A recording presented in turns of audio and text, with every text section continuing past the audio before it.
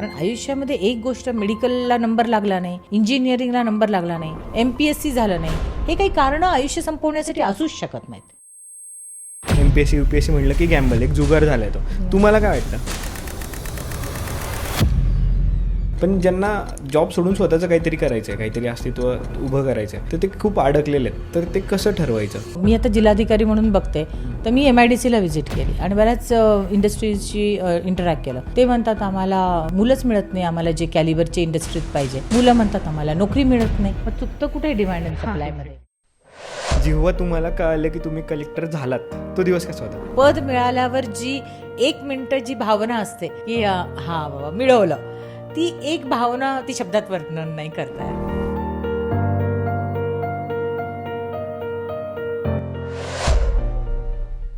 आणि जेव्हा कर्तव्य श्रेष्ठ असतं तेव्हा माझी मुलगी तापाने फणफणत होती, तिला उलट्या होत होत्या आणि मला सतत फोन येत होते की त्याचं एक दुःखतिरक असते ना की ते काट्याच्या सिंहासनावरती बसल्यासारखं आहे. तुम्हाला काय वाटतं, ते त्या बाजूबद्दल कोणी बोलत नाही? फार वेगळा प्रश्न, वेगळ्या धाटणीचा प्रश्न विचारलाय. तुम्हाला तुमच्या लाईफमध्ये अशी काय ॲडवाईस मिळाली होती की जी तुमच्या आत्तापर्यंत लक्षात आहे? आता सगळ्यांच्याच आयुष्यात आई ही प्रभाव टाकणारी व्यक्ती म्हणून असतेच आणि वडील पण असतात. तर जेव्हा मला यश मिळालं तेव्हा माझ्या आईने मला एक वाक्य सांगितलं असतं की जेव्हा तू खुर्चीत बसशील तेव्हा खुर्चीमुळे तुला ओळखता नाही गेलं पाहिजे, तुझ्यामुळे ती खुर्ची ओळखता आली पाहिजे.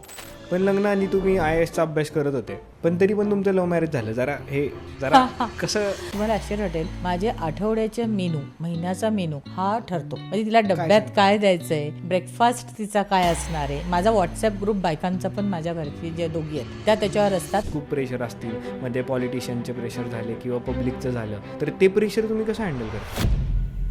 त्रास मी नेहमी माझ्या भाषणांमध्ये मुलांना सांगते, 11वी 5 वर्ष आयुष्यातले हे तुम्ही कसे घालवतात यावर तुमचे पुढचे 50 वर्ष आहे. जिल्हाधिकारी किंवा IAS ज्यांना व्हायचं असेल त्यांना माझा सल्ला आहे,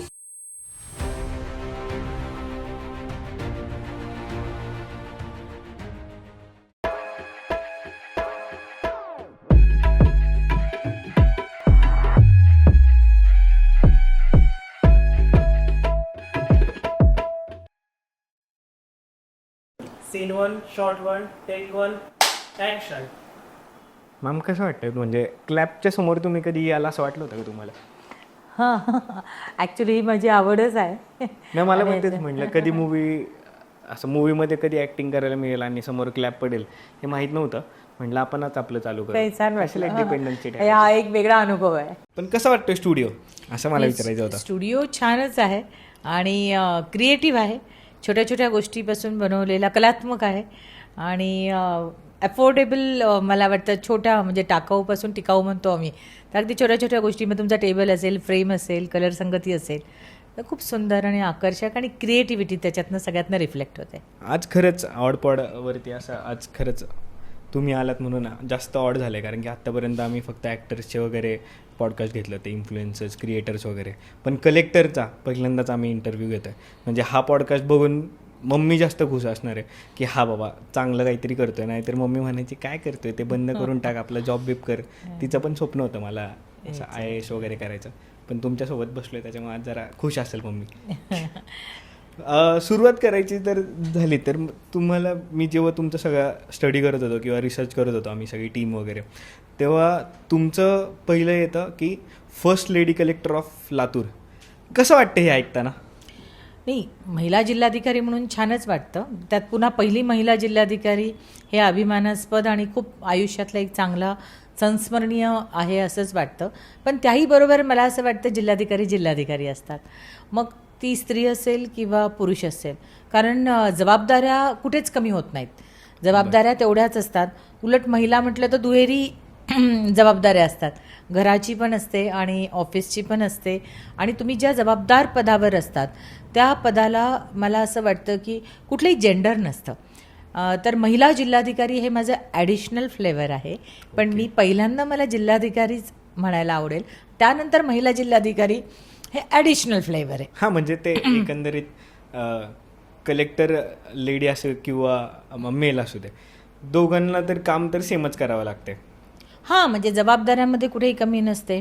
आम्ही पण पुरुषांसारखंच काम करतो. पुरुषही जिल्हाधिकारी पदावर जशा जबाबदाऱ्या असतात त्या घेत असतात. पण निश्चित लोकांमध्ये एक चांगला भावना असते, सहकार्याची भावना असते.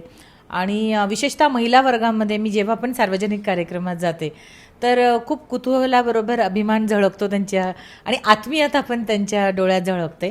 आणि अनेक व्यक्ती असतात जे म्हणतात की आम्हाला आमच्या मुली तुमच्यासारख्या करायच्यात. मग तेव्हा मात्र खरंच छान वाटतं की मी एक महिला जिल्हाधिकारी आहे. ती बिगेस्ट कॉम्प्लिमेंट असेल ना हां, तुमच्यासाठी? बिगेस्ट कॉम्प्लिमेंट्स तर तशा बऱ्याच आहेत. म्हणजे जेव्हा लातूरमध्ये मी फिरत असते तेव्हा त्याच्यातली कुठली तरी व्यक्ती पटकन म्हणते की मॅडम आम्हाला असं वाटतं की तुम्हाला बघितलं ना आणि तुमच्याशी बोललं की तुम्ही आमच्या घरातल्यात वाटतात.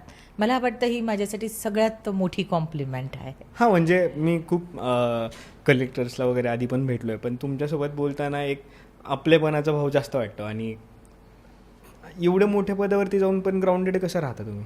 नाही, मला असं वाटतं की कलेक्टर एक संस्था आहे आणि ब्रिटिशांच्या काळातला जिल्हाधिकारी कलेक्टर हां, अशी एक प्रतिमा लोकांच्या मनात आहे. एक भीतीदायक ते हां, भीती रिस्पेक्ट पण असेल, असतो. पण मला असं वाटतं भीतीपेक्षा आदरयुक्त भीती जास्त महत्त्वाची, नाही का?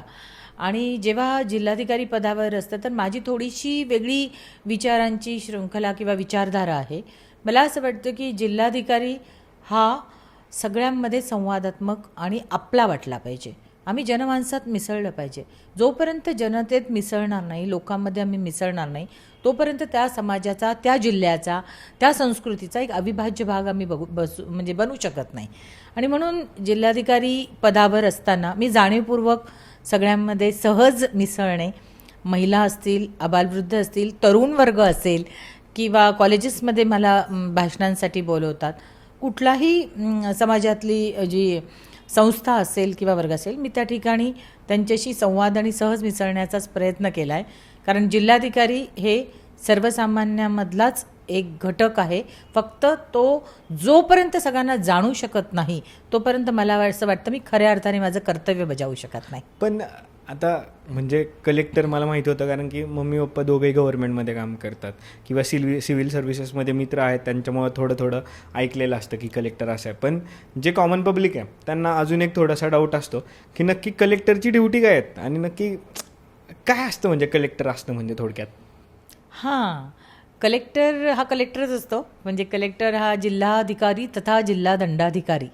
म्हणजे असं म्हणतात, मग आपत्ती असेल कुठली, आता तुम्ही बघत असाल लातूरमध्ये भरपूर पाऊस झाल्यामुळे अनेक ठिकाणी पूर येतो आहे, दुष्काळ असेल, निवडणुका असतील, कुठल्याही विकासाच्या योजना असतील, त्यानंतर राजशिष्टाचार असेल, एकंदरीत जिल्ह्यामधल्या सर्व बाबींवर नियंत्रण आणि सर्वसमावेशक कोऑर्डिनेशन करणारी एक सगळ्यात जबाबदार म्हणजे घटक असं म्हटलं तर जिल्हाधिकारी हे पद आहे. तुम्हाला आश्चर्य वाटेल, पण महिनाभरात जिल्हाधिकारी किमान 200 कमिटीजचे प्रमुख असतात. म्हणजे 200 कमिट्या या वेगवेगळ्या पातळीवरच्या असतात. ते पशुसंवर्धन असेल, कुठला हेल्थमधला असेल किंवा आरोग्य म्हणजे याच्यातला इंडस्ट्रीमधला असेल, कुठलाही विषय असेल. म्हणजे प्रत्येक म्हणजे सेक्टरमध्ये जिल्हाधिकाऱ्यांचं असं आहे, ज्याला कुणीही वाली नाही त्याला जिल्हाधिकारी आहे. आणि म्हणून जिल्हाधिकाऱ्याकडे मायबाप म्हणून म्हटलं जातं. आजही ग्रामीण भागातील जनता ही जिल्हाधिकाऱ्यांना मायबाप या ठिकाणी बघितली जाते. ओके. हे आहे जिल्हाधिकारी. पण अजून सोप्या भाषेत लेमन लँग्वेजमध्ये जर सांगायचं गेलं तर म्हणजे त्या जिल्ह्यातलं सगळं, म्हणजे हॉस्पिटल्सपासून ते इंडस्ट्रीजपासून ते फायनान्स वगैरे, ते सगळे सेक्टर्समध्ये तुम्ही हेड असता थोडक्यात. कुठे ना कुठे ते जुळलेलं असतं, त्याच्यावर नियंत्रण असतं, समन्वय असतो आणि सगळ्यांना जिल्ह्याचा सर्वांगीण विकास, जिल्ह्याची विकासाची एक दिशा. आणि जिल्हाधिकारी म्हणजे सगळ्या फक्त विकासात्मकच नाही तर कायदा व सुव्यवस्थासुद्धा ठेवणारं पद. तर या ठिकाणी असं म्हणून जिल्हाधिकाऱ्यांची सर्वच बाबतीत एक विविध कर्तव्य असतात. तुम्ही असं जेव्हा पहिलं, आता तुमची स्टोरी मी खूप पॉडकास्टमध्ये तुम्ही बोललेले आहात किंवा इंटरव्ह्यूजमध्ये तुम्ही सांगितलेले आहात की कलेक्टर कसे झालेत वगैरे, ते सगळ्यांना माहिती आहे. पण मला त्या दिवसाबद्दल विचारायचं आहे तुम्हाला स्पेसिफिक. जेव्हा तुम्हाला कळलं की तुम्ही कलेक्टर झालात, तो दिवस कसा होता? कुठलंही यश असेल आपल्या आयुष्यामध्ये, जे पण ठरवतो आणि ते पद जेव्हा मिळतं आपल्याला किंवा ती जेव्हा घटना येते तेव्हा 2 मिनटं तर विश्वास बसत नाही. आणि त्याच्यानंतर जो सगळीकडनं कौतुकाचा वर्षाव सुरू होतो आणि मग आपल्याला कळायला लागतं की आपण कुठल्या तरी एका यशाच्या पायरीवर, मोठ्या याच्यावर आलो. मग त्याच्यानंतर तो क्षण खूपच आनंदाचा असतो, पण तो जबाबदारीचा पण असतो. थोडासा हुरूर वाटणारा पण असतो. तसं संमिश्र भावना असतात. पण काय होतं म्हणजे तुम्ही जर आठवलं तर त्या दिवशी काय झालं? त्या दिवशी मला असं वाटतं की म्हणजे एक तुम्ही इतक्या वर्षांचं स्वप्न असतं आणि ते सगळं तुम्ही ते संघर्ष करत असतात आणि जेव्हा तुम्ही त्या पदावर जातात तेव्हा त्या पदावर ती पद मिळाल्यावर जी 1 मिनटं जी भावना असते की हां बाबा मिळवलं, ती एक भावना ती शब्दात वर्णन नाही करता येत. पण कॉमन लोकांमध्ये अशी एक भावना आहे की कलेक्टर म्हणलं की पॉवर, खूप ग्लॅमरस आयुष्य असतं, त्यांना खूप जास्त सर्वंट्स वगैरे असतात त्यांच्याकडे आणि खूप सुखसुविधा असतात असं लोकांना माहिती आहे आणि ते मूवीजमध्ये पाहिलेलं आहे आम्ही. पण हे सगळं झालं एक अशी चांगली साईड जी दिसतीये किंवा आहे. पण ह्याच्या व्यतिरिक्त मला ती साईड समोर आणायची की ती त्याच्या मागचं काय, म्हणजे जे एक असतं ना की प्रोज झाले, हे सगळे प्रोज झाले, पण त्याचं एक दुःखतिरक असते ना की ते काट्याच्या सिंहासनावरती बसल्यासारखं आहे. तुम्हाला काय वाटतं ते त्या बाजूबद्दल कोणी बोलत नाही, सगळं चांगलं चांगलंच बोलतात. मला त्या वाईट साईड जरा, वाईट ना म्हणता यायचं, पण त्या काट्याच्या साईडबद्दल जरा सांगा बरं. नाही, बरोबर आहे. प्रत्येक नाण्याच्या 2 बाजू असतात. हां. आणि जिल्हाधिकारी म्हटल्यावर आता ते पद सगळ्यांचंच लक्ष असल्यामुळे आणि सगळ्यांना आधीच म्हटलं मायबाप असल्यामुळे गाडी, बंगला, लोकांचा गराडा, मिटिंग्समधलं पद, अनेक मिटिंग्सचं अध्यक्षपद आणि नेहमी वलय असलेलं पद असं जणी जाणवत असलेलं. फार वेगळा प्रश्न, वेगळ्या धाटणीचा प्रश्न विचारला आहे. पण यासोबत असणाऱ्या आमच्या जबाबदाऱ्या, आमचं आयुष्य सकाळच्या 6 वाजेपासून ते रात्री 12 वाजेपर्यंत नेहमी आम्ही ऑन टोज असतो. किती प्रत्येक व्यक्तीकडनं असं म्हणतात स्वतः काम करणं सोपं असतं, पण इतक्या सगळ्या लोकांकडून काम करून घेणं हे सगळ्यात अवघड असतं आणि तुम्हाला रिझल्ट दाखवायचे असतात कमी वेळेत. आणि त्याचबरोबर आमच्यातले त्याग पण असतो, तो फार कमी लोकांना दिसतो. कुटुंबामध्ये राहायला जी सुट्टी असते, जिल्हाधिकारी कलेक्टर डिक्लेअर हॉलिडे ही सगळ्यांना मिळते, कलेक्टरला सोडून. कारण त्यावेळेस आम्ही कुठल्या ना कुठल्या कामात असतो. बऱ्याचदा कुटुंबामधले महत्त्वाचे प्रसंग असतात, मुलीचा वाढदिवस असेल, ॲनिव्हर्सरी असू शकेल किंवा अत्यंत जवळचं लग्न असेल आणि त्यावेळेस जबाबदाऱ्या या प्रथम दर्शनी असतात. कारण कलेक्टर काम सोडून अशा गोष्टींना गेलं तर ते कलेक्टरही ॲक्सेप्ट करणार नाही आणि लोकही ॲक्सेप्ट करत नाही, पण तुम्हाला त्यावेळेस त्याग करावा लागतो. जास्त आहेत, सॅक्रिफायसेस आहेत, कमिटमेंट लेवल खूप जास्त आहे, स्ट्रेस आहे, प्रत्येक गोष्टीचा रिझल्ट तुम्हाला वेळेत द्यायचा आहे, वेगवेगळ्या ठिकाणून येणारे ताणतणाव आहेत. या सगळ्याच्यात स्वतःचं शरीर, एनर्जी लेवल आणि पॉझिटिव्हिटी टिकून बघा. कलेक्टरकडे कोण येतं? कलेक्टरकडे जे काम न झालेले लोक येतात. मग ते ग्रामपंचायत असेल, तालुका लेवल असेल, इकडून सगळीकडनं येतात. म्हणजे फुल निगेटिव्ह भावना आणि एकदम रागात येत असतात आणि प्रत्येकाचा राग, प्रत्येकाची तक्रार ही जिल्हाधिकाऱ्यांना सामावून घ्यावी लागते आणि त्यांच्या एनर्जीला आपली एनर्जी मॅच करावी लागते. मला वाटतं हे सगळ्यात मोठं चॅलेंज जिल्हाधिकारी म्हणून आहे. म्हणजे अनेकदा असं आपण नेहमीच बघतो की आयुष्यामध्ये म्हणजे कॉमनली जर चुका झाल्या व्यक्तीच्या याच्यात तर लोक कॅज्युअली घेतात, पण जिल्हाधिकाऱ्यांच्याकडनं छोटीशी जरी चूक झाली, मग ती बोलण्यात असू शकते, वागण्यात असू शकते किंवा कामाच्या याच्यात असू शकते, तर ती चूकसुद्धा खूप मोठी रित्या त्या ठिकाणी रिफ्लेक्ट होऊ शकते. म्हणून हे खूप जबाबदारीचं पद आहे, नेहमी अलर्ट मोडमध्ये राहावं लागतं. तर असे सगळे कन्स्ट्रेंट्स आहेत. आता प्रश्न विचारला होता तुम्ही की अशा कुठले प्रसंग आहेत, की मला आठवतं माझी मोठी मुलगी अगदीच लहान होती आणि त्यावेळेस मला राजशिष्टाचारामध्ये आम्हाला राज्यपाल असतील, पंतप्रधान असतील, राष्ट्रपती त्या दौऱ्यामध्ये जावं लागतं. राजशिष्टाचार म्हणजे काय? राजशिष्टाचार म्हणजे प्रोटोकॉल असतो, जे तुम्ही बघतात ना गाड्या वगैरे येतात आणि त्या व्हिजिट असतात आमच्या. आता समजा नुकसान झालं आहे, त्या नुकसान भरपाईला पाहायला आम्ही सुद्धा जातो, लोकसुद्धा येतात. आणि जेव्हा कर्तव्य श्रेष्ठ असतं तेव्हा माझी मुलगी तापाने फणफणत होती, तिला उलट्या होत होत्या आणि मला सतत फोन येत होते की तिला बरं नाही आहे. मग त्यावेळेस पती जरी असले, वडील असले, तरी मुलीला कधी कधी आई लागते. मग अशा वेळेस मात्र खूप द्वंद्व होतं. किंवा रिसेंटली मी निवडणूक निर्णय अधिकारी होते आणि त्याच वेळेस माझ्या मुलीचा कन्व्होकेशन प्रोग्रॅम होता आणि मी तिला शब्द दिला होता की मी येऊन जाईल तुझ्या कन्व्होकेशन प्रोग्रॅमला. म्हणजे तिच्या आयुष्यातला सुद्धा हा महत्त्वाचा टप्पा होता, पण माझ्या आयुष्यातला सुद्धा महत्त्वाचा टप्पा होता आणि त्यावेळेस मी ज्युरिस्डिक्शनच्या बाहेर जाऊच शकत नव्हते. पण असं असतं की कुटुंबाचं सहकार्य पण असतं आणि तिने सांगितलं का काही नाही 2-3 मिनटाचा मी तुला व्हिडिओ पाठवते. पण हा मोठेपणा असला तरी तिथं कुठेतरी वाटतं की आई म्हणून मी जाऊ शकत होते का त्या ठिकाणी. तर अशा गोष्टी येतात. पण ठीक आहे, म्हणजे जेव्हा तुम्ही एखादं पद स्वीकारतात, जेव्हा एक नातं तुम्ही स्वीकारतात, असं म्हणतो ना आपण सर्व गोष्टी निहाय ते नातं स्वीकारत असतो. तसंच जिल्हाधिकारी किंवा IAS ज्यांना व्हायचं असेल त्यांना माझा सल्ला आहे की या सगळ्या गोष्टी, नुसतं गुलाब महत्त्वाचं नसतं, तर गुलाबाचे काटेसुद्धा काय आहेत हे पूर्ण जाणूनच या क्षेत्रात आलं पाहिजे. ज्यांना वर्क पॅशन आहे, ज्यांना समाजामध्ये काम करण्याची आवड आहे, संवेदनशीलता आहे आणि एनर्जी लेवल खूप आहे, त्यांनीच या क्षेत्रात आलं पाहिजे. मी प्रश्न त्यासाठीच विचारला होता मॅम, की खूप सगळे मित्र आहेत माझे किंवा मी खूप लोकांना भेटलो आहे की जे 5-6 वर्ष झाले तेच UPSCचं प्रिपरेशन करतात, MPSCचं प्रिपरेशन करतात आहे, पण यश काही मिळत नाही आहे. एकतर अशी एक भावना झाली आहे क्रिएट की UPSC म्हणलं की गॅम्बल किंवा MPSC UPSC म्हणलं की गॅम्बल, एक जुगार झाला आहे तो. तुम्हाला काय वाटतं? कुठलंही क्षेत्र असेल, 12वीला तुम्ही जेव्हा मेडिकलचा अभ्यास करतात, मेडिकलला नंबर नाही लागला तर तुम्ही बी प्लॅन असतो ना. तसंच UPSC आणि MPSCचं प्रत्येकालाच वाटतं मी UPSC करावं, MPSC करावं, काही जणांचं स्वप्न असतं डॉक्टर बनावं. प्रत्येकाच्या आयुष्यामध्ये बी प्लॅन खूप महत्त्वाचा असतो. जसं तुम्ही A प्लॅन करतात तसं तुमचा बी प्लॅन तेवढाच ताकदीचा आणि सक्षमरित्या असला पाहिजे. आणि आपले बलस्थानं, स्ट्रेंथ आणि वीक पॉईंट्स आपल्याला कळले पाहिजे. 2-3 परीक्षेमध्ये जर कळलं की आपण होत नाही आहे, तर मग आपला जसं माझ्या बाबतीत विचारलं, जर मी ह्या क्षेत्रात नसते तर मी लॉची डिग्री घेतली होती, मला प्रचंड आवड होती कायद्याची, मी आज तुम्हाला हायकोर्ट किंवा सुप्रीम कोर्टमध्ये वकिली करताना दिसले असते. तर आयुष्य खूप मोठं आहे, कुठल्या तरी एका गोष्टीनी किंवा एक अपयश मिळालं म्हणून थांबत नाही.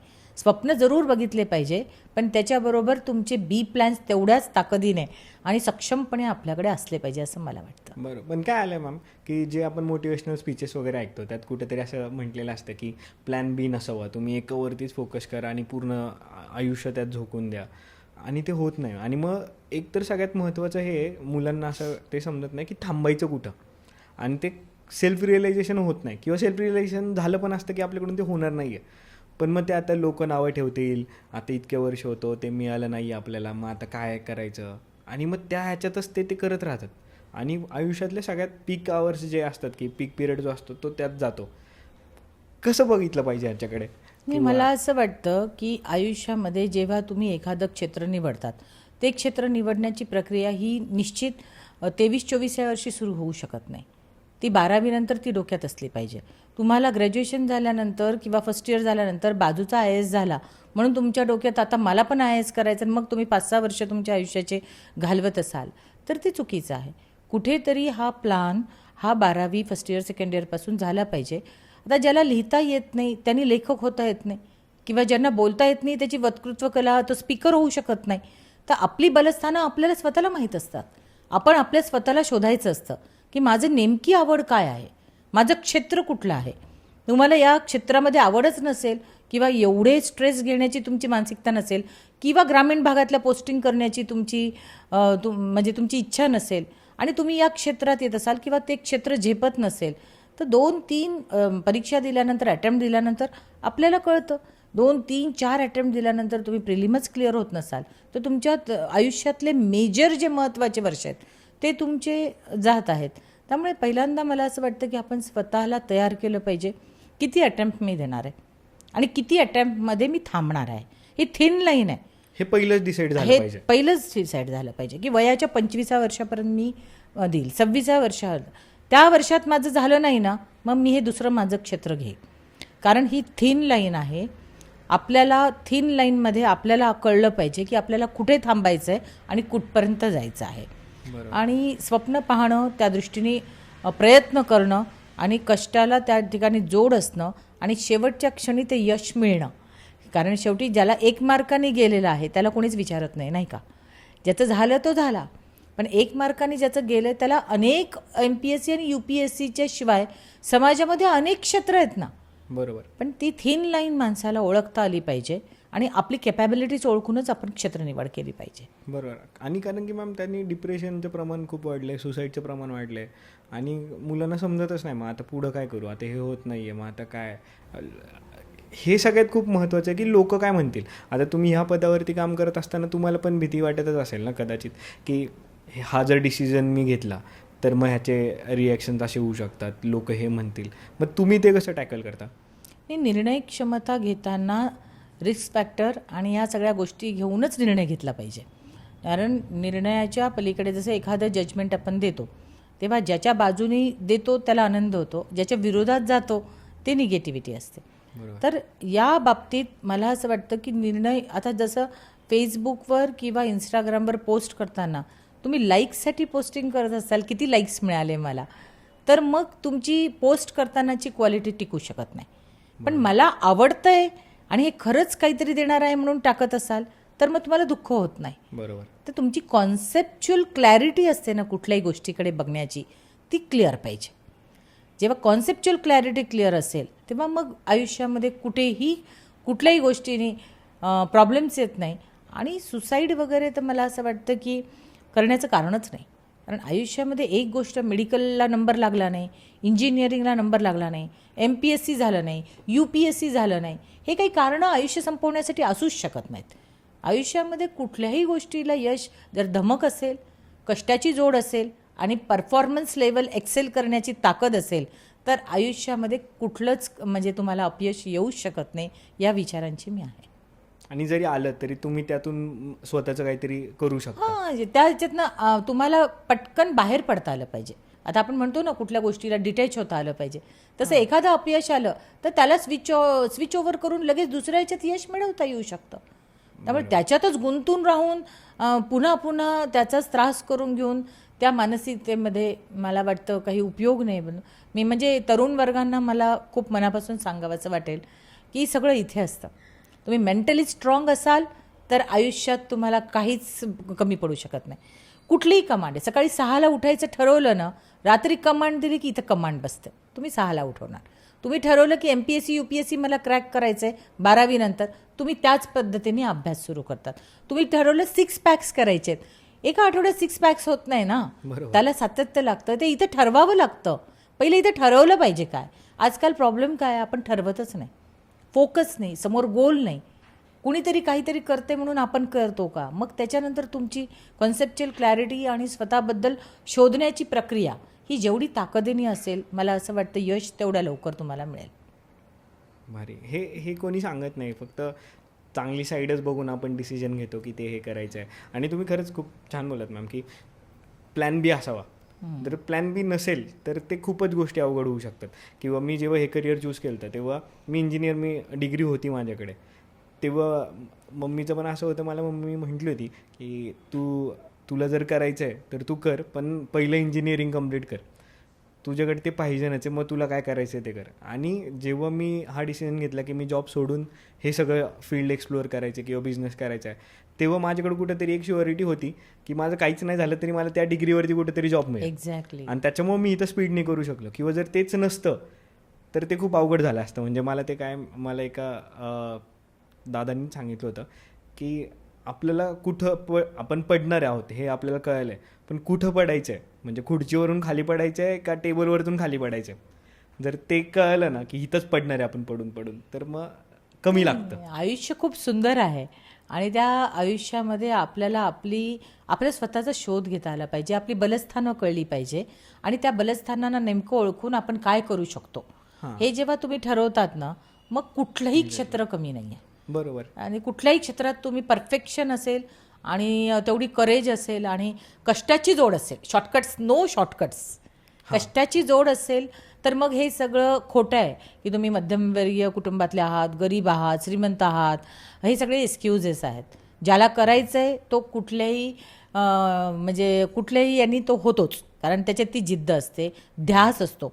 जसं असं म्हणतात ना, एक वारकऱ्याला ध्यास लागतो, ती दिंडी पूर्ण करायची आहे आणि तिथं जायचं. तसं प्रत्येक तरुण याला ध्यास लागला पाहिजे की मला एंटरप्रेनर व्हायचं आहे, मला डॉक्टर व्हायचं आहे, मला इंजिनियर व्हायचं आहे, मला व्यावसायिक व्हायचं आहे किंवा मला काय व्हायचं आहे. आणि तो ध्यास घेतला मग आपली पावलं आपोआपच तिकडे पडत राहतात. मग ती तुम्हाला थांबवावी लागत नाही. फक्त फोकस असणं आणि आपल्याला काय करायचं याच्याप्रती दृढ निश्चय असणं महत्त्वाचं आहे. आता आजकाल टेम्पटेशन्स पण खूप आहेत. हां मोबाईलचं सगळ्यात मोठं टेम्पटेशन आहे. एक्झॅक्टली. मोबाईल ॲडिक्शन वाढले सगळ्यात जास्त, हां आणि ते प्रत्येक फील्डमध्ये, म्हणजे असं कुठलं एज ग्रुप नाही की जिथं ते ॲडिक्शन नाही. एक्झॅक्टली. आपण म्हणतो तरुण लोक फार मोबाईल वापरतात, पण आपण स्क्रीन टाईम जर बघितला तर भारतातला स्क्रीन टाईम हा 7-8 तास ॲव्हरेज आहे. आता मला असं वाटतं की याचा मोबाईलचा वापर हा आपण किती स्मार्ट करतो का मग आता शुद्ध मराठी भाषेत गाढवासारखा करतो, बुलवर्क. तर हा जर स्मार्ट वापर केला तर हा तुमच्या व्यक्तिमत्वाला घडवणारा गुरु होऊ शकतो, तुम्हाला दिशादर्शक असणारा करिअर काउन्सिलर होतो. आता तर ChatGPT आहे, AI आहे, पाहिजे तेवढं तुम्हाला गुरु तुमच्या हातात आहे. पण तुम्ही आता स्वतः विचार केला पाहिजे की याचा उपयोग तुम्ही कसा करत आहात. आता म्हणजे एखादी आई जर मुलाला म्हणत असेल की मोबाईल वापरू नको, मला सांगा मोबाईल वापरू नको असं कोण ऐकणार आहे आजच्या ह्याच्यात. मोबाईलचा वापर हे प्रत्येकजण करणारच. 100%. मग तुम्ही वापरू नका म्हणताना त्या व्यक्तीनी किंवा त्या मुलाला असं दुसरं क्षेत्र दिलं पाहिजे की त्याला मोबाईल त्या तासात आवडलाच नाही पाहिजे. मग तो खेळाकडे बॅडमिंटनला जाऊ शकतो किंवा त्याला ग्रुपमध्ये मुलं असतील तर तो खेळू शकतो. याला 1 तासात बघा बरं, खेळणाऱ्या मुलाला मोबाईल आठवतो का? बॅडमिंटन खेळणारी व्यक्ती असेल तर आठवतो का? पिक्चर बघताना मोबाईल आठवतो का? रिंगटोन झाला तर रागाने आपण बंद करतो. म्हणजे ज्या गोष्टी तुम्हाला आवडतात त्या गोष्टी करायला सुरुवात केली तर तुम्हाला स्क्रीन आठवत नाही. पण मग आता लहानपणीच मुलांना मोबाईल देतात, रडायला लागलं की देतात मोबाईल, आणि मग त्यांना जेवायला देतात, हे करतात. मग त्या आयांसाठी तुम्ही काय सांगाल, त्या पॅरेंटसाठी? तर एक्झॅक्टली, कारण की त्या आईची पण इश्यूज आहेत की ती वर्किंग वुमन आहे आणि तिच्याकडे अगदी छोटा वेळ असतो आणि त्या वेळात तिला त्या मुलाला फीड करायचं असतं. त्यामुळे ही शॉर्टकट मेथड आपण शोधून काढतो. मला असं वाटतं हे चुकीचं आहे आणि या गोष्टीमुळेच मग पुढची ती स्क्रीन ॲडिक्शन वगैरे सगळे आपले सुरू होतात. मुलांना मोबाईल लहानपणी देणं म्हणजे मला वाटतं सगळ्यात मोठी क्रिमिनॅलिटी आहे. पण मग ॲडिक्शनमधून बाहेर पडायचं असेल तर मग ते कसं पडायचं? मग ते कुठलंही असेल, आता मोबाईलच्या ॲडिक्शनवरती बोललो आपण, तर त्या ॲडिक्शनमधून बाहेर कसं पडायचं? म्हणजे सगळ्यांनाच माहिती आहे, जो ॲडिक्टेड असतो त्याला पण माहिती असतं की हे चुकीचं आहे, माझा टाईम जातो आहे, पण त्याला समजत नसतं की कसं करायचं आहे. तर मी भरपूर मित्रांसोबत बोलतो किंवा मी कॉलेजेसला राहतो तेव्हा ते मुलं मला सांगतात की दादा कळतं आहे आम्हाला ते ॲडिक्टेड, पण त्यातून कसं बाहेर पडायचं? मी मुलांना नेहमी सांगते की दर आठवड्याला तुम्ही यूट्यूब इन्फ्लुएन्सर आणू शकत नाही तुमच्यासाठी कोणी. हां बरोबर. आपण 2-3दा मोटिवेशनल स्पीकर देऊन किंवा आईसुद्धा त्यांना मोटिवेशन करून दररोज आपण कोणाला मोटिवेशन करू शकत नाही. बरोबर. त्या व्यक्तीला स्वतःच मोटिवेट व्हावं लागेल. मग त्याला छोट्या छोट्या टिप्स आहेत. साधा तुम्ही बघितलं तर मोबाईल लांब ठेवणे, अभ्यास करताना रिचेबल न होणे मोबाईलजवळ, मग तुम्हाला उठून घ्यायचा कंटाळा येतो किंवा मोबाईलला काही गोष्टी ब्लॉक केल्या पाहिजे. मुलं असतील तर त्यांनी सगळा दुसऱ्या कुठल्या तरी कपाटात ठेवून दिला पाहिजे. त्यावेळेला जेव्हा तुम्हाला मोबाईलचा वापर हा थोडा वेळ मोबाईल वापरला तो तुमच्या एंटरटेनमेंटसाठी 2 अभ्यासामधला ब्रेक, 2 तासामधला ब्रेक म्हणून 10-15 मिनटं असं होत नाही. 15 मिनटाचे 2 तास कसे होतात हे कधीच कोणाला कळत नाही. ती फार थिन लाईन आहे, पुन्हा मी सांगते. आणि म्हणून या गोष्टीचा एक वेळेचं नियोजन कसं करणं आणि आपल्या वेळेचं नियोजन करताना ह्या ज्या गोष्टी आहेत ह्या आपल्याला मी नेहमी माझ्या भाषणांमध्ये मुलांना सांगते की 12वी नंतर 3 किंवा 11वी-12वी 5 वर्ष आयुष्यातले हे तुम्ही कसे घालवतात यावर तुमचे पुढचे 50 वर्ष आहेत. मग 5 वर्ष तुम्ही चांगला अभ्यास करून, हार्डवर्क करून, एकदम सगळं सोडून पूर्ण एकच ध्यास घेऊन घेतले तर पुढचे 50 वर्ष तुम्ही राज्य करू शकतात. क्या बात आहे. आणि जर हे 5 वर्ष तुम्ही मस्ती करा, मजा करा आणि पुढचे 50 वर्ष मग रडत घालवा, कष्ट करा. So which option is good? Exactly. तर 5 वर्ष इन्व्हेस्ट करा, पुढचे 50 वर्ष त्याची फळं तुम्हाला मिळतात. आणि 5 वर्ष नुसती मस्ती करा, पुढचे 50 वर्ष रडत जगा. आता हे तुमचं मुलांचं ऑप्शन आहे की त्यांनी करिअरमध्ये 5 वर्षाला महत्त्व द्यायचं आहे का पुढचे 50 वर्ष रडत घालवायचे आहेत. हा थॉट जेव्हा तुमच्या डोक्यात येतो ना, मग दुसरं काही आठवत नाही. मॅम आता काय झालं की सगळेच वर्किंग आहेत, म्हणजे आजकाल पॅरेंट्स दोघं पण असतात, ते वर्किंगमध्ये असतात. मग त्यांना वेळ कसं द्यायचा मुलांना किंवा ते मॅनेजमेंट कसं करायचं ते समजत नाही. आणि मग घाईघाईमध्ये मग आपण फोनचं एक सवय लावून देतो मुलांना लहानपणापासूनच. तुम्ही काय करायचे या सगळ्यात? तुम्ही तर बाकी सगळ्यांपेक्षा तुम्ही ऑब्व्हियसली जास्त बिझी होतात, मग तुम्ही काय केलं या सगळ्यामध्ये? मला वाटतं सगळ्यात याच्यातला महत्त्वाचा गाभा आहे की तुमचं नियोजन. वेळेचं नियोजन आणि क्वालिटी टाईम. तुम्ही किती वेळ मुलांना देता त्याच्यापेक्षा तुम्ही क्वालिटी टाईम काय देतात आणि नियोजन कसं करतात. आता माझ्याकडे तर मी कलेक्टर असताना माझी मुलगी 10वीला होती आणि मग अशा वेळेस टेक्नॉलॉजीचा वापर करता आला पाहिजे. मग मी झूमवर तिचा मराठीचा अभ्यास घेतला. आम्ही दोघी मग मी त्याच्यामध्ये जेव्हा पण तिला भेटते तेव्हा मी तिला कॉफीला प्यायला घेऊन जाते, कारमध्ये घेऊन जाते, स्वतः ड्राईव्ह करते. मग त्यावेळेसचा जे इंटरॅक्शन संवाद असतो त्यावेळेस त्यांना आपल्याला त्याचं महत्त्व समजून सांगता येतं. आणि कधी कधी तर डिटरन्स थेअरी पण करावी लागते. म्हणजे की परीक्षा आली की ते मोबाईल वगैरे नेटच बंद करून टाकायचं, घरातलं TV बंद करून टाकायचा. मग तुम्हाला त्याग करावा लागतो. असं नाही चालणार की आई म्हणेल मला सिरियल बघायची आणि मुलांनी बघू नये. मग काही ठिकाणी जेव्हा मुलांना आपल्याला वाटतं की खरंच आपल्याला इन्व्हेस्ट करायचं आहे त्यावेळेस तुम्हाला पण त्याच्यासोबत स्वतः पण ती कमिटमेंट लेवल वाढवावी लागते. मग प्लॅनिंग कसं करायचं तुम्ही, की प्लॅनिंग किती महत्त्वाचं असतं? दिवसभराचं जे शेड्यूल असतं, आता आजकाल तर काय की दोघंही जण जॉबवर असतात. बरोबर. आणि त्यामधनं आपल्या मुलाचा वेळ म्हणजे आता आमच्याकडे तर आम्ही विषय वाटून घेतले होते की सरांनी कुठला घ्यायचा, गणित, विज्ञान, ॲज इज अ इंजिनियर त्यांनी, आणि मी जरा लँग्वेज आणि याच्यावर असल्यामुळे तिचं ओव्हरऑल प्लॅनिंग आणि डब्याचं तुम्हाला आश्चर्य वाटेल माझे आठवड्याचे मेनू, महिन्याचा मेनू हा ठरतो. म्हणजे तिला डब्यात काय द्यायचं आहे, ब्रेकफास्ट तिचा काय असणार आहे. माझा व्हॉट्सॲप ग्रुप बायकांचा पण माझ्या घरचे जे दोघी आहेत त्या त्याच्यावर असतात आणि तिने किती खाल्लं हे सुद्धा व्हॉट्सॲपवर माझ्याकडे, तर ते पण मी मेजर करते. म्हणजे डिस्टन्स पॅरेंटिंग हा सुद्धा चॅलेंज असला तरी तो पण नियोजन आणि आपल्या कमिटमेंट लेवल आणि शार्प टेक्नॉलॉजीच्याद्वारे आपल्याला छानपैकी तो हँडल करता येतो. आता माझ्या मुलीने हा पाहिला तर बरेच सिक्रेट्स तिला ओपन होतील. पण थोडक्यात सांगायचं असेल तर संडे जो असतो, शनिवार किंवा रविवार, हा फक्त वर्किंग वुमनसाठी नाही किंवा वर्किंग म्हणजे याच्यामध्ये होम मेकरसाठी सुद्धा तेवढाच महत्त्वाचा आहे. म्हणजे हाऊसवाईफ्स ज्या घरी असतात त्या पण दिवसभर काम करत असतात. बरोबर. आणि मग शनिवार रविवार जर तुम्ही ठरवलं की माझा आठवड्याचा ब्रेकफास्ट साधासा दररोज सकाळी काय असू शकतो, ठरला, कमांड आहे. सोमवारी सकाळी माझ्याकडे काय होणार, सकाळी मटकीची उसळ होणार का, दुपारी पोळी भाजी काय होणार, संध्याकाळी काय होणार, हे ठरलेलं असेल. तुम्ही सकाळी किचनमध्ये गेल्यानंतर अर्धा तास याला हे आवडतं त्याला ते आवडतं या युद्धात तुमची 20 मिनटं जातात. कारण एक भाजी घरातल्या कुणाला कधीच आवडत नाही, ही युनिव्हर्सल ट्रूथ आहे. आणि मग ती त्या लेडीजसाठी सगळ्यात बिगेस्ट चॅलेंज असतं. मग रविवारीच आपला पूर्ण प्लॅनिंग आलं. माझं तर पूर्ण मेनू किचनमध्ये जातो, आठवड्याचा पूर्ण जातो. डब्बा काय, लंच काय, डिनर काय, आणि सगळ्या म्हणजे सोबत तिला बसमध्ये हिमोग्लोबिनसाठी काय द्यायचं आहे छोटंसं, त्याच्यामध्ये डेट्स देते, खजूर असेल तर, या छोट्या गोष्टी. आता बऱ्याचदा मुलं खाणार पण नाही, मग त्याचाही फीडबॅक सिस्टम खूप महत्त्वाची आहे. म्हणजे नुसती ऑफिसमध्ये फीडबॅक सिस्टीम महत्त्वाची नाही आहे, तर तुम्ही घरातसुद्धा प्लॅनिंग आणि त्याची फीडबॅक सिस्टीम ही जी आहे ही तेवढीच महत्त्वाची आहे. मला असं वाटतं की आत्ताची जी महिला आहे किंवा आता घरातले जे पुरुष आहेत, नवरे आहेत, त्यांनीसुद्धा जबाबदाऱ्या त्यांच्या बदलत आहेत, रोल्स बदलत आहेत आणि ते सुद्धा व्यवस्थित स्वीकारत आहेत. तर दोघांचं व्यवस्थित जॉब, एकमेकांची स्पेस सांभाळून मुलांना कसा क्वालिटी टाईम द्यायचा आणि त्यांना या आकर्षणापासून, मोबाईल असेल, व्यसनाधीनता असेल किंवा कुठला स्पोर्ट्स ते खेळत नसेल किंवा एकट्या मुलांचे अजूनच वेगळे प्रॉब्लेम आहेत, त्यांना नो म्हणायची सवयच नाही, नाही म्हणायला शिकवायला पाहिजे.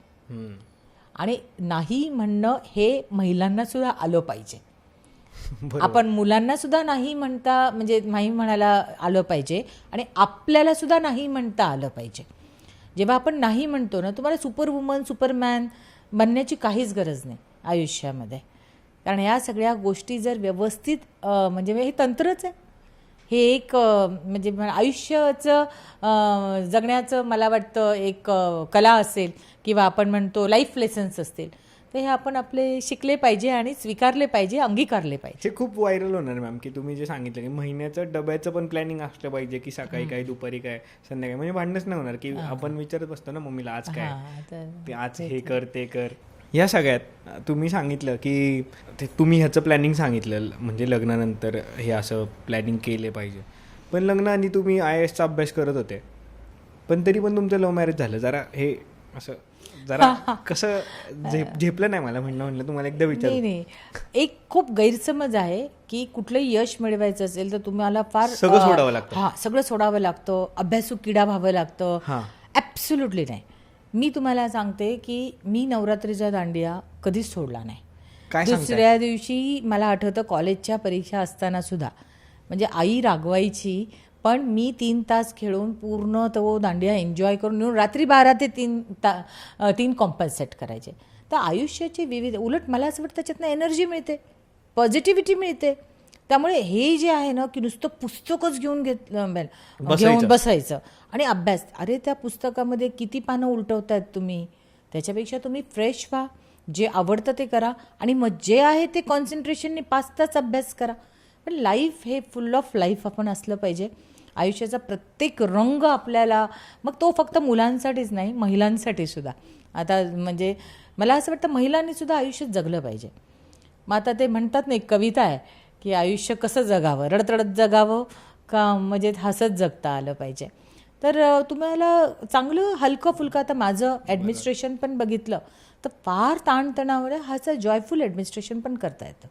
बरं, पण मग सगळ्यांना घेऊन त्यांना थोडंसं रागवून, जिथं चुकतं आहे तिथं रागवता पण आलं पाहिजे, जिथं चांगलं आहे तिथं ॲप्रिशिएट पण झालं पाहिजे.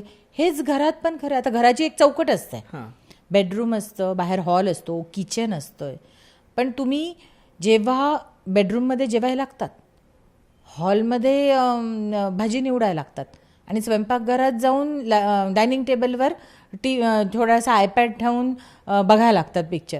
तुम्ही सगळे अतिक्रमण करून टाकतात एकमेकांच्या याच्यामध्ये. मला असं वाटतं ती चौकट आहे ना, त्या चौकटीचा काही अर्थ आहे. पाहुणे आले तर ते हॉलमध्येच बसतील. तुम्ही स्वतःचा स्पेस जपायचं असेल तर तुम्ही बेडरूममध्ये किंवा स्वतःच्या रूममध्ये जा. जेवायचं असेल तुम्ही सगळ्यांनी मिळून स्वयंपाकघरात जा. जर ही चौकट आहे ना, ही नात्यामध्ये पण चौकट अशीच असते आणि स्वतःच्या करिअरमध्ये पण ही चौकट अशी असते. बरं, म्हणजे जे ते तिथल्या ठिकाणी पाहिजे. एक्झॅक्टली. पण ते काय होतं मॅम की सदाशिव पेठेमध्ये जास्त ब्रेकअप होतात जेव्हा UPSC आणि MPSCचे प्रिपरेशन चालू होतं तेव्हा. कारण की आता सगळे त्याच्यावरती फोकस करतात की आता हेच करायचे, किंवा कुठलंही करिअर करताना की नाही आता मला पूर्ण वेळ इथं द्यायचा आहे. पण असं नाती तोडून अभ्यास करणं बरोबर आहे? नाही, नाते जोडणं आणि नाती तोडणं ही कशाशी निगडीत असूच शकत नाही. तो एक व्यवहार असेल. मग नाती जोडण्यासाठी कॉम्प्रोमाइज असते, नाती जोडण्यासाठी एक वेगळी मानसिकता असते.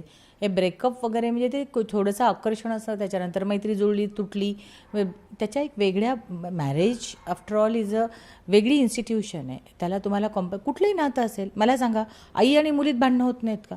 2 भावात भांडणं होत नाहीत का? मग नवरा बायकोचंच रिलेशन एवढं व्हॉल्यूम त्याला हे करायची गरज नाही. आई मुलीचं भांडण झालं तरी ती राहतेच सोबत. तुम्ही टीन्स बघा मुलीचं, सगळ्यात टीनेजमध्ये मुलीचं भांडण हे आईशी जास्त होतं, वडिलांचं मुलाशी जास्त होतं, बहिणी बहिणींचं होतं, भावा बहिणींचं होतं. जशा या गोष्टी आपण सहज स्वीकारतो तसे समाजामधले वैचारिक मतभेद किंवा इतर मतभेद हे सुद्धा आपण तसे स्वीकारले गेले पाहिजे आणि त्याच्यातले जे मायनस इश्यूज आहेत मला वाटतं ते त्या ठिकाणी ब्लॉक केले पाहिजे. बरं मॅम, आता तुम्ही खूप मोठ्या पदावरती काम करता, तिथं खूप मोठे मोठे प्रश्न असतील, पण यूथचे ना आता नवीन प्रश्न समोर आलेले आहेत आणि त्याच्यावरती असं आत्तापर्यंत कुठले अधिकारी किंवा ऑफिसर बोलले नसतील. पण मी म्हटलं तुम्हाला एकदा विचारू की यूथला आता प्रश्न काय पडलेत की आधी फक्त एक प्रेम होतं की लव होतं आणि नंतर ब्रेकअप होतं, हे 2च गोष्टी होत्या. आता खूप तिथं टाईप्स आलेले आहेत की तिथं नवीन हुकअप सुरू झाले आहेत, बेंचिंग आलेलं आहे, हे सगळ्या गोष्टी आलेल्या आहेत आणि ह्यात कसं वागायचं त्यात कुणालाच समजत नाही आणि ह्याच्याबद्दल कोणीच बोलत नाही. आणि मग नंतर जेव्हा प्रसंग होतात किंवा मग सुसाईडपर्यंत जातं, मग त्याच्यावरती फक्त बोललं जातं की नाही हे असं होतं, मग हे नव्हतं व्हायला पाहिजे. पण त्यात गाईड करायलाच कोणी नाही आहे आणि कुणाबद्दल म्हणजे कुणाला हे विचारायचं असं काहीच नाही. मग सगळं नेटफ्लिक्स आलं आहे आता, ॲमेझॉन किंवा इंस्टाग्राम, ही तिथून सगळं शिकतात लोक आणि ते फॉलो करतात, पण त्यांना सांगणारच कोणी नाही आहे. तर हा खूप सिरियस विषय आहे तसा, पण ह्याच्याकडं खूप मस्करी म्हणून बघितलं आता. तुम्हाला काय वाटतं ह्या सगळ्यामध्ये की काय थॉट प्रोसेस असली पाहिजे? मी थॉट प्रोसेस म्हणजे खरं तर आपण म्हणतो की बऱ्याचदा यूथमध्ये एक वेगळी एनर्जी आहे. जेव्हा आपण म्हणतो ना की हे एक नॉर्मल ट्रेंड आहे की मागची पिढी नेहमी पुढची पिढी मागच्या पिढीला नावं ठेवते, आमची पिढी तसं नव्हतं. असं काही नाही आहे. या नवीन पिढीतही खूप पोटेन्शियल आहे, खूप एनर्जी लेवल आहे. जे पुढची पिढी करू शकत नाही ना ते मिनिटामध्ये 2 मिनिटात करतात. फक्त यांना यांची एनर्जी कळत नाही की ती एनर्जी कुठे व्यवस्थित इन्व्हेस्ट करायची आहे. मग हे फक्त आईवडिलांचं किंवा शाळेतल्या शिक्षक कॉलेजेसने, मला असं वाटतं एक पर्सनॅलिटी म्हणून स्वतःचं पण तेवढंच महत्त्व आहे. कारण आता प्रत्येक टप्प्यावर प्रत्येक पिढीला वेगवेगळ्या आकर्षणांना सामोरे जावं लागलेलं आहे. बरोबर. आणि त्याच्यामध्ये ज्यांना गोल्स, आजही नवीन पिढीमधले IITians आहेतच ना. बरोबर. IITला जाणारे मुलं आहेत आणि IITला गेलं म्हणजेच हुशार असं नाही.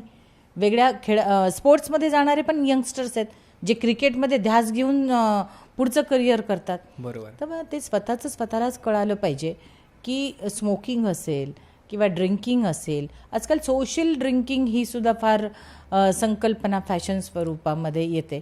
ठीक आहे, प्रत्येक जनरेशनमध्ये वेगवेगळे चॅलेंजेस असतात, पण मला असं वाटतं की मुलांना आजूबाजूला बघणारं कुटुंब, समाजामधले फ्रेंड सर्कल, मला असं वाटतं त्या व्यक्तीचं कंपनी मॅटर्स. बरोबर. माझ्या आयुष्यामध्ये रँकिंग द्यायची असेल तर तुम्ही बिघडणार का घडणार, म्हणजे कॅरिड होणं हे फार महत्त्वाचं आहे. मग अशा वेळेस आईवडिलांपेक्षा त्याच्या जवळच्या मित्राचा धाक जास्त असतो, मैत्रिणीचा धाक जास्त असतो की तू असं केलं ना तर मी तुझ्या घरी सांगेल. त्यावेळेस तुमची पावलं, अरे काय मी मदत करतो तुम्ही पुढे जा. These are the 2 angles. म्हणून मला असं वाटतं तरुणांनी आपली मैत्री ही खूप जाणीवपूर्वक केली पाहिजे.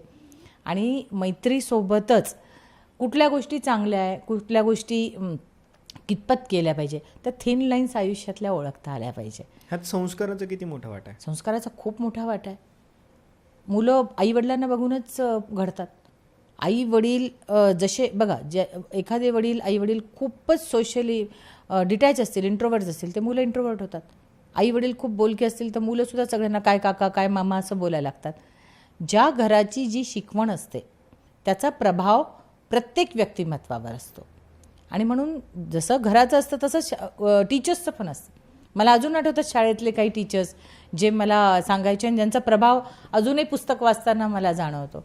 तर म्हणजे असं नाही आहे की आत्ता तसे टीचर्स नाही आहे किंवा शाळेत वातावरण नाही आहे. तुम्ही किती पिकअप करता, तुम्ही राजहंसासारखं असलं पाहिजे, बरोबर शोधून काढता आलं पाहिजे की माझ्यासाठी काय चांगलं आहे. आणि आयुष्यात नेहमी सतत शिकता आलं पाहिजे. प्रत्येक छोट्या व्यक्तीकडनं सुद्धा आपल्याला शिकता येतं. असं नाही आहे की समाजामध्ये किंवा याच्यामध्ये खूप मोठं टार्गेट किंवा यश ज्यांनी स्वीकारलं त्यांच्याकडनंच आपण शिकतो. आपण तर कुठल्याही, मी तर म्हणते की शेतात काम करणारी माझी महिला आहे तिच्याकडनं सुद्धा मला प्रेरणा मिळते. कारण ती जेवढ्या ताकदीने संघर्ष करत पुन्हा जाते ना, आणि बघा तुम्ही त्यांचं हिमोग्लोबिनचं प्रमाण शहरातल्या स्त्रियांपेक्षा जास्त असतं. तर असं काही नसतं, तुम्हाला फक्त शिकता आलं पाहिजे आणि शिकण्याची प्रक्रिया निरंतर असली पाहिजे. सो मॅम, तुम्हाला तुमच्या लाईफमध्ये अशी काय ॲडवाईस मिळाली होती की जी तुमच्या आत्तापर्यंत लक्षात आहे, आणि ती कोणी दिली होती? असं तर आपण लहानपणापासून शिकतच असतो, पण प्रभाव टाकणारे लोक खूप कमी असतात. आता सगळ्यांच्याच आयुष्यात आई ही प्रभाव टाकणारी व्यक्ती म्हणून असतेच आणि वडील पण असतात. तर जेव्हा मला यश मिळालं आणि माझा प्रवास सुरू झाला ब्युरोक्रेसीचा, तेव्हा माझ्या आईने मला एक वाक्य सांगितलं असतं की जेव्हा तू खुर्चीत बसशील तेव्हा खुर्चीमुळे तुला ओळखता नाही गेलं पाहिजे, तुझ्यामुळे ती खुर्ची ओळखता आली पाहिजे. म्हणजे माझ्या आयुष्यामध्ये ते वाक्य कायम कोरलं गेलं आहे की खुर्चीत बसल्यावर तर मानसन्मान मिळतोच, ऑटोमॅटिक मिळतो, पण त्या खुर्चीला आपल्या व्हॅल्यू ॲडिशनमुळे, आपल्या कार्यामुळे त्याची उंची अजून आपल्याला वाढवताच आली पाहिजे. तर हे मला शिकवण माझ्या म्हणजे आईकडनं मिळालेली आहे. आणि तुम्ही काय ॲडवाईस कराल, म्हणजे तुम्ही जे 2030मध्ये जो तुमचा माइंडसेट होता, तर आत्ताचा माइंडसेट कसा असला पाहिजे तुम्हाला काय वाटतं? यूथचा माइंडसेट मला असं वाटतं की स्वतःला शोधलं पाहिजे.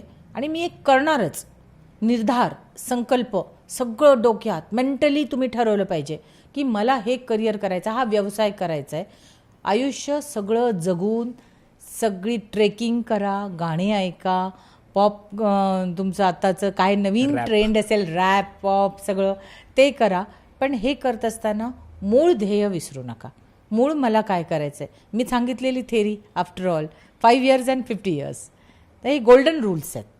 तर मला वाटतं हे जर करता आलं आपल्याला तर मग आपण आयुष्यही जगतो, आपलं करिअरही होतं आणि आपण चांगल्या रीतीने आपला फुटप्रिंट्स जे म्हणतो ते आपल्या ठेवू शकतो. कुठल्याही बाबतीत, पुस्तक वाचणं असेल, स्वतःचं करिअर घडवणं असेल किंवा कुठलीही गोष्ट असेल, तर तुमची प्रगती आणि सातत्य या दोन्ही संकल्पनांचा मेळ असला पाहिजे. आणि सातत्यामध्ये जेव्हा प्रगतीचा आलेख उंचावेल तेव्हा खऱ्या अर्थाने तुमचा विकास होतोय हे तुम्हाला कळेल. क्या बात आहे. म्हणजे कन्सिस्टन्सी नाही तर प्रोग्रेसिव्ह कन्सिस्टन्सी महत्त्वाची. मॅम दुसरे एक सगळ्यांना आता एक प्रश्न पडलाय की जॉब की बिझनेस, ह्याच्यामध्ये खूप असं एक मोठं युद्ध चाललेलं असतं आणि ज्यांना जॉब सोडून बिझनेस करायचा असतो किंवा वेगळं काहीतरी करायचं असतं. तुम्ही ॲडमिनिस्ट्रेशनबद्दल तर बोललात, ते तुम्ही सांगितलं कुठं थांबायला पाहिजे, कुठं हे तुम्ही सांगितलं तिथं. पण ज्यांना जॉब सोडून स्वतःचं काहीतरी करायचं आहे, काहीतरी अस्तित्व उभं करायचं आहे, तर ते खूप अडकलेले आहेत. तर ते कसं ठरवायचं? नाही, मला असं मुळात वाटतं की आजकाल मी आता जिल्हाधिकारी म्हणून बघते, तर मी MIDCला व्हिजिट केली आणि बऱ्याच इंडस्ट्रीजशी इंटरॅक्ट केलं. ते म्हणतात आम्हाला मुलंच मिळत नाही, आम्हाला जे कॅलिबरचे इंडस्ट्रीत पाहिजे. मुलं म्हणतात आम्हाला नोकरी मिळत नाही. मग चुकतं कुठे डिमांड अँड सप्लायमध्ये? चुकतं इथं आहे की ज्या इंडस्ट्रीमध्ये जी नीडफुल आहे ते स्किल त्या मुलांकडे नाही आणि जे स्किल आहे त्या कंपनीला हे अप्रोच होत नाहीत. तर ही जी पोकळी आहे मला वाटतं, तर मुलांनी ठरवलं पाहिजे की नोकरी पण करता येऊ शकते. म्हणजे फक्त मला सिक्युरिटी पाहिजे म्हणून जॉब पाहिजे ही संकल्पना मुळात चुकीची आहे. तुमची आवड काय आहे, तुमची स्किल काय. आता एखादी ग्रामीण मुलीने पटकन ठरवलं की माझ्या घरातलं वातावरण असं आहे पण मी नर्सिंगचा कोर्स करेल आणि पटकन नर्सिंगचा कोर्स करून ती पायावर उभी राहिली. तिचं एक म्हणजे स्वतः पूर्ण आत्मनिर्भर होण्याचा प्रवास लगेच सुरू होतो. म्हणजे तुम्हाला स्किल्ड जे आहेत ते त्या ठिकाणी लगेच घेता आले पाहिजे. तसे कोर्सेस निवडून आपल्याला मग व्यवसाय करायचा आहे का नोकरी करायची आहे हे ठरवून आपल्याला आपलं ध्येय गाठता आलं पाहिजे. बरोबर. मॅम तुम्ही जेव्हा ॲडमिनिस्ट्रेशनमध्ये आहात, एक लेडी कलेक्टर म्हणून असं लोकांना असं विचार करत असतील ना की अरे हे इझिली डॉमिनेट होतील किंवा ह्यांच्याकडून आपण जास्त काम करून घेऊ शकतो किंवा दोन्ही. म्हणजे काय वाटतं तुमच्याकडे जेव्हा लोक बघतात, जेव्हा तुमच्याशी बोलतात, तेव्हा काय कसं बोललं जातं? नाही, त्यांना काय वाटतं माहीत नाही, पण मला तरी असं कधी वाटत नाही. कारण त्यांच्या मनातल्या संकल्पना काय आहेत याच्यापेक्षा माझी कॉन्सेप्ट काय आहे, माझं ॲडमिनिस्ट्रेशन कसं आहे आणि मी माझ्या याच्यामध्ये काम कसं करून घेणार किंवा माझी कॉन्सेप्च्युअल क्लॅरिटी कशी आहे आणि माझा कॉन्फिडन्स लेवल तेवढा असेल तर मला वाटतं समोरच्याच्या मनात हे प्रश्न जास्त निर्माण होत नाही. तर माझ्या आत्तापर्यंतच्या अनुभवातनं थोडीशी मेहनत जास्त करावी लागते आणि या पद्धतीने पण एक सुरुवातीला वाटतं, पण एकदा त्यांना लक्षात आलं की हे यामध्ये सगळ्याच याच्यामध्ये ॲटपार आहे तर मग आरामात सहज स्वीकारतात. पण तुम्हाला भीती नव्हती वाटली की सुरुवातीला किंवा असं कधी एक मनात डाऊट नव्हता आला की आपण कसं हे करणार की खूप मोठी जबाबदारी आहे, यात खूप प्रेशर असतील, मग ते पॉलिटिशियनचे प्रेशर झाले किंवा पब्लिकचं झालं तर ते प्रेशर तुम्ही कसं हँडल करता? बघा, तुम्ही पोहायला जाताना पहिली उडी मारताना भीतीच वाटते, बरोबर आहे, पण तुम्ही एक्सेल केलं तर फटाफट पोहायला शिकतात. ते म्हणतात ना पाण्यात पडलं की पोहायला लागतं. मग पोहायला ते सोडून यायचा अर्धा प्रवास मला भीती वाटते म्हणून का पूर्ण किनारा गाठायचा, हे महत्त्वाचं आहे. तर माझ्या बाबतीत एक तर माझी मिलिटरी कॉलेजची बॅकग्राऊंड आहे, मी त्याच्यात शिकलेली आहे आणि जेव्हा पण भीती वाटते किंवा प्रायोरिटी महत्त्वाची आयुष्यात, माझा स्वभाव असा आहे की मला ज्या गोष्टींची भीती वाटते मी पहिल्यांदा त्याला सामोरे जाते आणि ती क्रॅक करते. म्हणजे तुमच्या आयुष्यामध्ये तुम्ही दिवसभराच्या प्लॅनिंगमध्ये सुद्धा प्रायोरिटी कशाला देतात आणि जे आता जर महिलांना किंवा मुलांना सांगायचं झालं तर सकाळी उठल्याबरोबर जिम हिट केली, व्यायाम केला किंवा तुमच्या आवडीच्या गोष्टी किंवा टफेस्ट जॉब केले तर ते होऊन जातात. पण तुम्ही प्रोकॅस्टिनेट केले, पुढे ढकलले की संध्याकाळी मी करू किंवा मी रात्री जिमला जाईल, मग कुठले तरी चॅलेंजेस येतात आणि ती प्रायोरिटी तुमची प्रायोरिटी राहत नाही. तर आणि मग तुम्हाला लोक स्वीकारत पण नाहीत. तर त्याच्यामुळे पहिल्यांदा तुमचा स्वतःचा आत्मविश्वास आणि तुमच्या करिअरप्रती असलेले सतत ते इनपुट्स आणि त्याप्रती तुमचं व्यक्तिमत्व घडवणं आणि तसं त्या ठिकाणी तुम्हाला रिफ्लेक्शन होणं, मला वाटतं असं असलं तर लोक आपल्याला सहज स्वीकारतात आणि शेवटी तुमच्या कार्याला महत्त्व असतं. तुम्ही कोण आहात, महिला आहात की पुरुष आहात का अजून काही आहात, याच्यापेक्षा तुमचं काम बोललं पाहिजे. बरोबर. हां, तुमचं काम बोललं तर मग बाकी काही इश्यूज येत नाहीत. बरोबर. कारण ते एक लोकांमध्ये एक समज आहे ना की फिमेल म्हटलं की लेडी म्हटलं का थोडंसं वीक असतील, मेल म्हटलं का थोडंसं बळ असतं, एक कॉन्फिडन्स असतो की पॉवर जास्त असते वगैरे. मग ह्याच्यात तुम्ही असं कधी विचार केला या गोष्टींचा कधी? मी सांगितलं ना, माइंड तुम्ही जसं स्वतःला चॅनलाइज करतात आणि ठरवतात त्याप्रमाणे तुम्हाला तुम्ही जर प्रत्येक ठिकाणी जर पहिला थॉट तुमच्या डोक्यात आला की मी महिला आहे, मग तुम्हाला असं वाटायला लागतं की मी अबला आहे का, मग मला होईल का, बरोबर. मग मला अंधाराची भीती वाटते का, मग मी 10 माणसांमध्ये जाईल का, मग हे काम तर खूप अवघड आहे. पण तुम्ही असं स्वतःला कमांडच दिली नाही आणि तुम्ही एक व्यक्ती म्हणूनच सगळ्या ठिकाणी सामोरे गेले, तर तुम्हाला हे प्रश्न पडतच नाही, भीती वाटतच नाही, कारण तुम्ही एक व्यक्ती म्हणून जात असतात. बरोबर. तर त्यामुळे असे प्रश्न मला वाटतं पडू पण नाही, आणि जेव्हा पडत असतील तर तुम्ही स्वतःला तो प्रश्न विचारला पाहिजे, हू एम आय. मी पहिले व्यक्ती आहे समाजातली एक, मग महिला आणि पुरुष आहे, मग कुठले प्रश्न पडत नाहीत, आणि पडले तरी उत्तरं मिळतात. सो मी जेव्हा तुमच्याबद्दल असं रिसर्च करत होतो तेव्हा मला असं कळालं की तुमची फीडबॅक सिस्टीम खूप भारी आहे. दुसरं तर तुमचं ॲडमिनिस्ट्रेशन खूप भारी आहे. त्यात तुम्हाला 4 अवॉर्ड्स पण मिळालेत. मराठवाडा भूषण म्हणून पण तुमच्याकडे अवॉर्ड आहे. ह्या सगळ्यात तुम्ही स्वतःला बॉस म्हणून कसं बघता? तुम्ही कशा आहात? मला हे एवढ्या गोष्टी तुमच्या कळाल्यात, पण तुम्हाला काय वाटतं तुम्ही कशा आहात as a boss, as a leader? खरं तर तुम्ही हे माझ्या अधीनस्थ असलेल्या एम्प्लॉईज आणि डेप्टी कलेक्टर आणि सगळ्यांना विचारलं पाहिजे, पण मला असं वाटतं मी प्रचंड वर्कोलिक आहे. प्रचंड माझ्या डोक्यात माझे सकाळी 6 वाजता पण मी मेसेज टाकत असते, पण या सगळ्या ह्याच्यात मी समन्वय खूप चांगल्या रीतीने काढते. रविवारी मला अजिबात काम करायला आवडत नाही, मला माझ्या वाढदिवसाच्या दिवशी काम करायला आवडत नाही. तर या काही कॉन्सेप्ट्स आहेत की मी माझ्या अधीनस्थ असलेल्या लोकांनासुद्धा रविवारी सहसा काम सांगत नाही. आफ्टर ऑल इमर्जन्सी मॅटर्स ते असेल तर मला सांगावं लागतं. मी त्यांनासुद्धा प्रमोट करते की तुम्ही तुमच्या फॅमिलीला महत्त्व दिलं पाहिजे. वर्षभरातनं 4 दिवस सुट्ट्या पाहिजे तर मी लगेच देते, जर ते फॅमिलीसोबत जाणार असतील तर. तर अशा प्रकारे मला असं वाटतं की आपण काय वागतो आणि कशा पद्धतीने आपण पुढे जातो हे खूप मॅटर करत असतं. त्यामुळे लाईफ माझं, मी बॉस म्हणून मला असं वाटतं की माझ्यात संवेदना आहेत. महिला असल्यामुळे जातात समोरच्याच्या याच्यामध्ये, त्यांच्या फॅमिलीकडे पण त्यांनी तेवढ्याच ताकदीने, कारण आयुष्यात करिअर म्हणजे सगळं नाही आहे. करिअर हा तुमच्या आयुष्याचा एक भाग आहे. आयुष्यात अनेक भाग आहेत. मग ते असे बरेच लोक असे दिसतात की आयुष्यभर सुतक लागल्यासारखे वागतात. काहीच गरज नाही, आयुष्य खूप सुंदर आहे, मी 10 म्हणते. तर त्यामुळे अजिबात हा प्रश्न मला तरी करत नाही. एक बॉस म्हणून मी म्हणजे तेवढीच कडक शिस्तीची पण आहे, तेवढीच त्यांना सपोर्टिव्ह पण आहे, मोटिवेट पण करते. आणि मी जेव्हा मला बॉस म्हणून बघते तेव्हा मला वाटतं की कधी कधी कामाचा बोजा मी जास्त देते किंवा मी जास्त डिमांडिंग आहे कामाच्या बाबतीत. पण बाकी life is very beautiful and work, joyful work असलं पाहिजे. आणि आई म्हणून? आई म्हणून तर मी फार रेटिंग देईल मला स्वतःला, कारण की माझ्या आयुष्यातला सगळ्यात महत्त्वाचा करिअरसारखाच मला जर विचारलं की सगळ्यात आनंद देणारा म्हणजे मुमेंट कुठला, तर तो आई होणं आहे. कारण आईच्या भूमिकेत ते म्हणतात ना आपल्याकडे की घार उडते आकाशी, तिचं लक्ष पिलापाशी. तर मुलांच्या जडणघडीत किंवा जी ती ब्युटिफुल कॉन्सेप्ट असते आई आणि मुलांची, तर आई म्हणून मी त्यांच्या प्रत्येक बारीक सारीक गोष्टींकडे पण लक्ष देते. आणि एक टाईम मॅनेजमेंट तिथेसुद्धा माझं ऑफिशियल मॅनेजमेंटसारखं होम मॅनेजमेंट कन्सेप्ट असते. तर त्याच्यामध्ये मग त्यांना फिरायला घेऊन जाणं, त्यांच्या गोष्टींना सगळं ऐकणं. त्यांचे फ्रेंड्स इन्स्टावर माझे फ्रेंड्स आहेत. आईवडिलांना डिलीट करतात, नाही तर आईवडिलांना हाईड करतात, ब्लॉक करतात, but I can relate them. मी त्यांच्याशी मिक्स पण होऊ शकते त्यांच्या मित्रमैत्रिणींशी, आणि त्यांच्या इंटरॅक्शनमध्ये, मूवीजमध्ये जिथं कडक शिस्तीची पाहिजे तेव्हा ते कडक शिस्तीची पण होऊ शकते. तुम्ही असा एक मेसेज जो आजपर्यंत तुम्ही जे मिस आउट केले, त्यांचे कॉन्व्होकेशन असतील, बर्थडेज असतील, जे त्यांनी समजून घेतलं तुम्हाला तुमचं सगळं काम पाहता, एक त्यांना मेसेज द्या ना तुम्ही डिरेक्टली कॅमेऱ्यात. ते पण ऐकतच असतील की त्यांना जे तुम्ही कधीच बोललं नाहीत आणि समोर आपण बोलू पण नाही शकत गोष्टी, तर तुम्ही असं त्यांना सांगू शकता.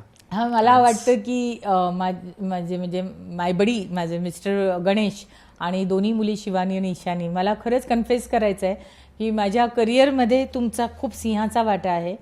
जेव्हा एक पत्नी म्हणून किंवा आई म्हणून मला म्हणजे तुम्हाला माझी गरज असेल तेव्हा बऱ्याचदा मी तुमच्याजवळ नसते, परंतु तुम्ही ते इझिली अंडरस्टँड करू शकतात. आणि माझाही रोल तेवढाच महत्त्वाचा आहे. तुमचे बर्थडेज असतील किंवा तुमच्या कुठल्याही प्रसंगाला मी सुद्धा तेवढ्याच ताकदीने तुमच्यासोबत असते. सो आय कन्फेस की जिल्हाधिकारी असले तरी कधी कधी त्या भूमिकेमध्ये मी त्यांना न्याय देऊ शकत नाही. तुमच्यासाठी करून घेतलंय. चलो. तुम्ही बुक्स पण लिहिता, त्यात तुमचं लभासनाचं एक बुक आहे ज्यात तुम्ही खूप तुमचे एक्सपिरियन्सेस सांगितलेत. म्हणजे जसं वारकऱ्यांना पंढरपूरची वारी किंवा पंढरपूर एक एक जवळचा विषय असतो आणि एक आत्मीयतेचा विषय असतो, तसं प्रत्येक आय असलं, प्रत्येक कलेक्टरला लबासना म्हटलं की ते प्रत्येकाचं स्वप्न असतं की तिथं जायचं. तो तुम्ही त्याच्यावरती बुक लिहिलं, त्यातलं काहीतरी एक किस्सा जर तुम्ही सांगू शकलात, काहीतरी एक असं इन्स्पायरिंग किंवा कसंही तुम्हाला जो वाटेल तो. लबासना हे प्रत्येक आय एसचं एक स्वप्न असतं. लाल बहादूर शास्त्री अकॅडमी मसुरी येथे, आणि तिथे जाणं स्वतःला पुन्हा आय एस सारखं प्रत्येक स्किल्स म्हणतात ना, आयुध, तुमचे सगळे स्किल्स ते सगळे इम्बाईब करून ॲडमिनिस्ट्रेशनसाठी ब्युरोक्रेट म्हणून काम करणं, हे सगळं ट्रेनिंग त्या ठिकाणी मिळतं. आणि या लबासनातल्या एक्सपिरियन्सेस नेहमी माझ्या मनात होतं की मी ते जॉट डाऊन करावे आणि कुठेतरी लिहून काढावे. पहिल्या वर्षी जेव्हा मी गेले तेव्हा कोविड होतं, त्यामुळे मनात असूनसुद्धा मला ते लिहिता आले नाही. तेव्हापासून माझ्या मनात होतं की मी हे सगळे माझे अनुभव, लाईफ लेसन्स म्हणून मला जे आले ते शब्दबद्ध करावे. दुसऱ्या वेळेस इतकी थंडी होती डिसेंबरमधल्या कोर्समध्ये, आणि इतकं कडक त्या ठिकाणचे ट्रेनिंग असतं. सकाळी 6 जिम, त्याच्यानंतर योगा, आणि नंतर पूर्ण दिवसभर सगळे सेशन्स असतात, आणि संध्याकाळी पुन्हा असेसमेंट्स असतात, आणि इतकी थंडी असते ॲडव्हर्स, तर ते काही जमलं नाही. पण यावेळेस मात्र मी त्या थॉटनीच गेले की आपल्याला या 26 दिवसामध्ये हे पुस्तक लिहायचंच. डेली मी ते एक्सपिरियन्सेस माझे लिहिले. त्याच्यातले 2 एक्सपिरियन्सेस लबासना फ्रॉम माय म्हणजे लबासना ॲट अ ग्लान्स म्हणतो, किंवा ते पुस्तक आहे माझं, त्याच्यामध्ये एक्सपिरियन्सेस आहेत. एक तिकडे मसुरी खूप सुंदर आहे एक्सप्लोअर करताना. लवली ऑमलेट म्हणून एक व्यक्ती आहे, जे ऑमलेट त्याचं अतिशय फेमस आहे. पण त्याहीपेक्षा मी गेल्यावर सगळे तो ऑमलेट खाऊन जात होते, मला जे त्याच्याशी संवाद करताना जाणवलं की तो फ्री ऑमलेट्स मुलांना देतो, शाळेतल्या मुलांना, ज्यांना परवडत नाही. आणि मला ही त्याची सामाजिक बांधिलकी खूप आवडली, आणि म्हणून मी लवली ऑमलेटवर एक लाईफ लेसन लिहिलं की आयुष्यात ज्या समाजात तुम्ही जन्मतात त्या समाजाचे देणेकरी लागतात. तर सामाजिक बांधिलकी ही फक्त पैसे असलेली व्यक्ती किंवा उच्च पदस्थ व्यक्ती याचीच जबाबदारी किंवा तोच करू शकतो असं नाही, तर समाजातली कुठलीही व्यक्ती ज्याच्यात मानवता आहे ती तेवढ्याच ताकदीने करू शकते. म्हणून माझ्यातला तो एक चॅप्टर मी त्याला डेडिकेट केलेला आहे. आणि दुसरं मला वाटतं की त्याच्यामध्ये रिव्हर ऑफ लाईफ, म्हणजे आम्ही वेगवेगळे ट्रेनिंग्स तिथे घेत असतात. ट्रेकिंग असते, खूप सेशन्स असतात, तुम्हाला असेसमेंट असतात, आणि ब्युरोक्रॅट म्हणून तुम्हाला समाजातल्या सगळ्या स्तंभांना फेस करताना तुमच्यातले सायकोलॉजिकल आणि सगळेच ट्रेनिंग्स असतात. म्हणजे खूप चांगलं ट्रेनिंग असतं. पण हे करताना एक रिव्हर ऑफ लाईफ म्हणून तुम्ही सगळेजण करून बघू शकतात. रिव्हर ऑफ लाईफ की नदी जशी वाहत असते आणि त्याच्यामध्ये जसे अडथळे असतात, कधी नदी संथ असते, कधी त्याच्यात दगडं असतात, मग खळखळ खळखळ करते, तर कधी तिचं पात्र तिला बदलावं लागतं, डोंगरातून उगम पावणारी, तसं तुमचं आयुष्य असतं.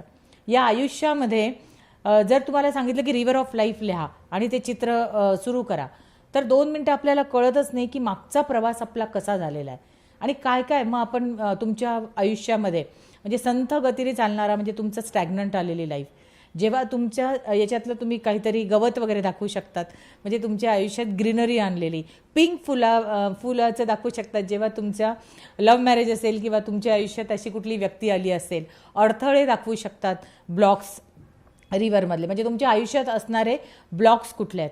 तर जन्मल्यापासून तुमच्यावर प्रभाव टाकणारे व्यक्ती, एक नदी काढायची आणि नदीमध्ये डोंगर, दगड, ब्लॉक्स असं करत ती रिव्हर ऑफ लाईफ तुमची किती सुंदररित्या तुम्ही करू शकतात.